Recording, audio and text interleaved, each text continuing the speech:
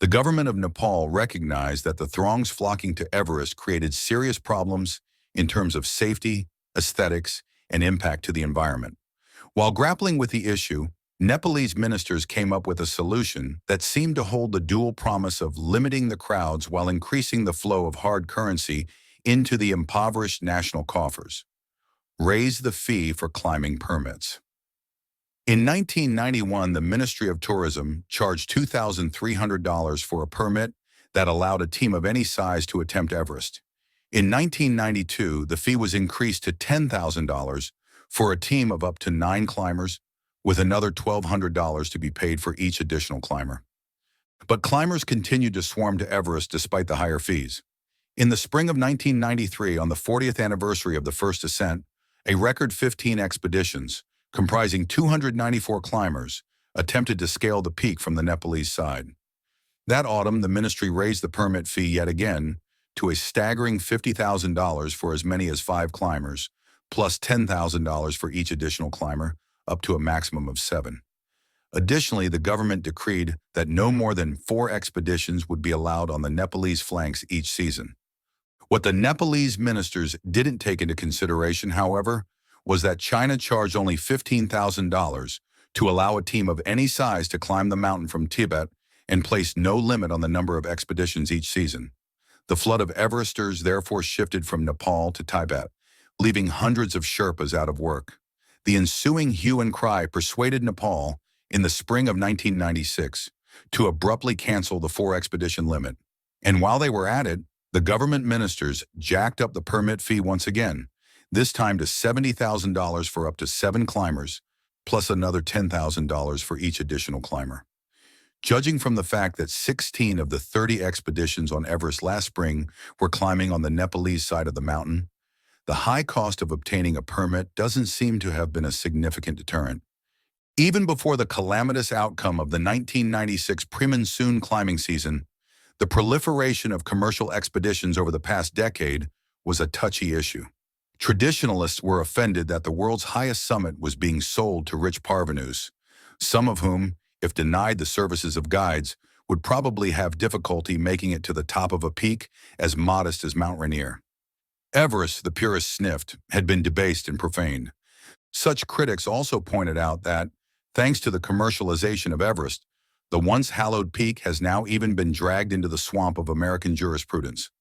Having paid princely sums to be escorted up Everest, some climbers have then sued their guides when the summit eluded them.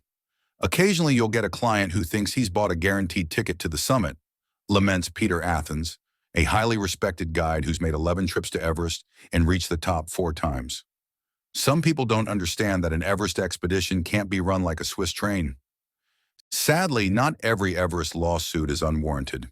Inept or disreputable companies have on more than one occasion failed to deliver crucial logistical support, oxygen, for instance, as promised. On some expeditions, guides have gone to the summit without any of their paying customers, prompting the bitter clients to conclude that they were brought along simply to pick up the tab.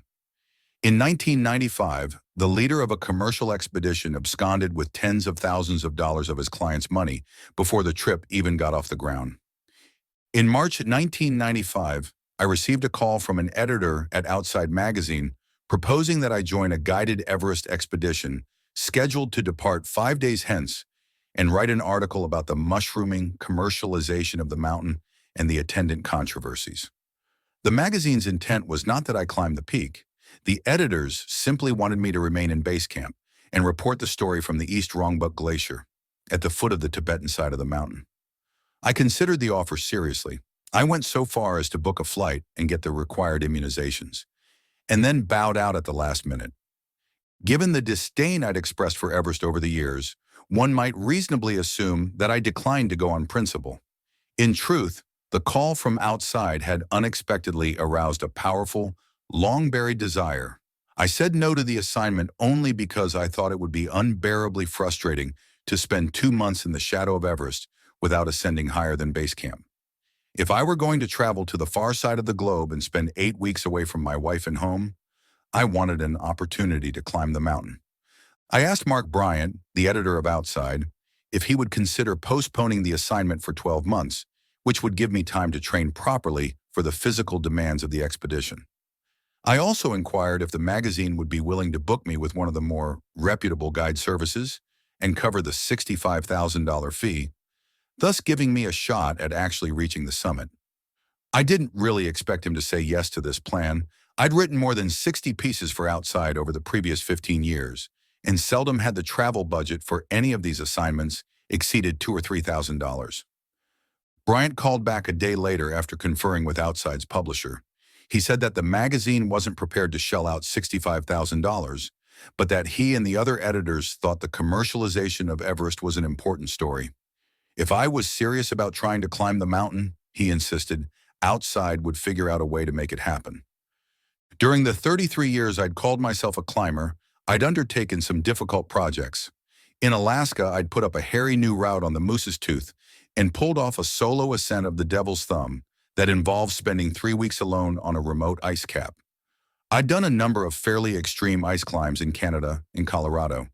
Near the southern tip of South America, where the wind sweeps the land like the broom of God, La Escoba de Dios, as the locals say, I'd scaled a frightening mile-high spike of vertical and overhanging granite called Cerro Torre, buffeted by 100-knot winds, plastered with frangible atmospheric rime. It was once, though no longer, thought to be the world's hardest mountain. But these escapades had occurred years earlier, in some cases decades earlier, when I was in my 20s and 30s. I was 41 now, well past my climbing prime, with a graying beard, bad gums, and 15 extra pounds around my midriff. I was married to a woman I loved fiercely, and who loved me back. Having stumbled upon a tolerable career, for the first time in my life, I was actually living above the poverty line. My hunger to climb had been blunted, in short, by a bunch of small satisfactions that added up to something like happiness. None of the climbs I'd done in the past, moreover, had taken me to even moderately high altitude. Truth be told, I'd never been higher than 17,200 feet, not even as high as Everest Base Camp. As an avid student of mountaineering history, I knew that Everest had killed more than 130 people since the British first visited the mountain in 1921, approximately 1 death for every 4 climbers who'd reached the summit, and that many of those who died had been far stronger and possessed vastly more high-altitude experience than I. But boyhood dreams die hard, I discovered, and good sense be damned. In late February 1996, Bryant called to say that there was a place waiting for me on Rob Hall's upcoming Everest expedition. When he asked if I was sure I wanted to go through with this, I said yes without even pausing to catch my breath.